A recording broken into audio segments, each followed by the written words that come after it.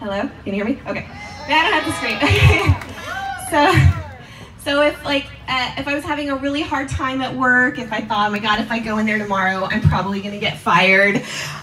Or if a boy broke my heart, or a family member broke my heart,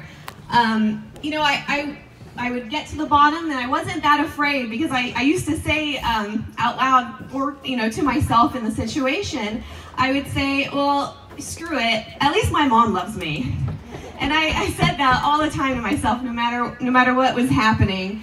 I would be able to face my fears, my loneliness, my anger, whatever it was that I was about to encounter. I could just right before say, screw it, at least my mom loves me, so I can do this. And if it fails, or if things go down, I saw my mom and she loves me.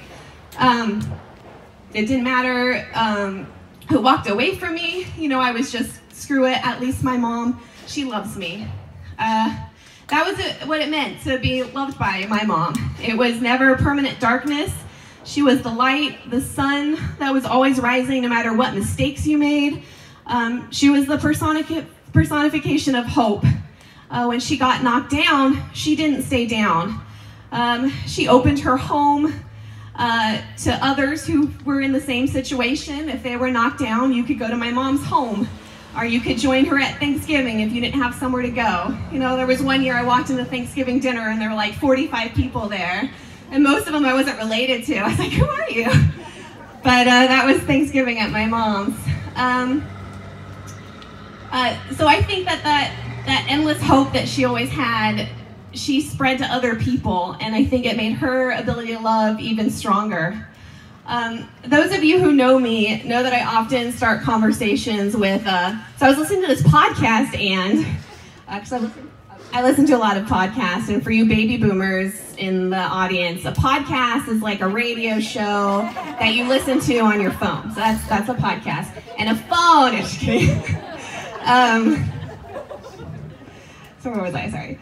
So anyway, I was listening to a podcast a few years ago, and honestly, I don't remember exactly what the podcast was about, but there was a man, an older man, and he was talking about how it felt when his own mom passed away. He had lost his grandparents, he'd even lost his dad, but he said that when his mom passed away, it made a hole in his heart that never went away. No matter how many years passed by, he still felt this hole. And so, I don't know why it stuck with me, that episode. And so when my mom got really sick, I thought about what that man had said, that there was possibly going to be this hole in my heart that was some kind of permanent state, and I became afraid. I thought that when my mom died, that I would somehow feel less love and less loved, because the person who loves you the most is your mom. So when she dies, what happens to that love? But in my situation, I hated that my mom was sick, but I was lucky enough to tell my mom at the end that I was afraid of losing her, that I was scared of being less loved and just being less. So I was making it all about me, even though she was sick. But that's what you do with your mom. So let's talk about me, Mom. So like a mom, she laid in bed with me, and she held me, and she kissed me, and she dried my tears, and she told me over and over that her love was forever, that it was so strong, and it was strong enough to stay with me no matter where she went. And I guess that was her superpower, that love was going to stay no matter where she went. And my mom was right. My heart, it definitely is missing something. There is a hole, like I was right.